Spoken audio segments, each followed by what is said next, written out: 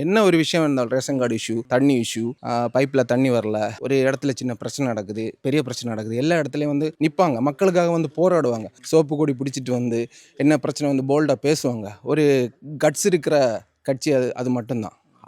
அதனால தான் அந்த கட்சிக்கு நான் ஓட்டு போட விரும்புகிறேன். ஏன்னா நான் சின்ன வயசுலேயே சிபிஎம் அவங்கள பார்த்து தான் வந்திருக்கேன். அவங்க ரொம்ப இன்ஸ்பைரிங்காக இருக்குது. ஏன்னா அவங்க வந்து ஏழை எளிய மக்களுக்கெல்லாம் ரொம்ப சப்போர்ட்டிவாக இருக்குது. அவங்க வந்து ஒரு வேலைக்கு ஆகட்டும், அவங்களுக்கு ஏதாவது தேவைனாலுமே அவங்க ரொம்ப சப்போர்ட் பண்ணுறாங்க. ரொம்ப என்ன சொல்ல, அவங்களுக்கு என்னென்ன தேவைன்னு பார்த்து பார்த்து பண்ணுறாங்க.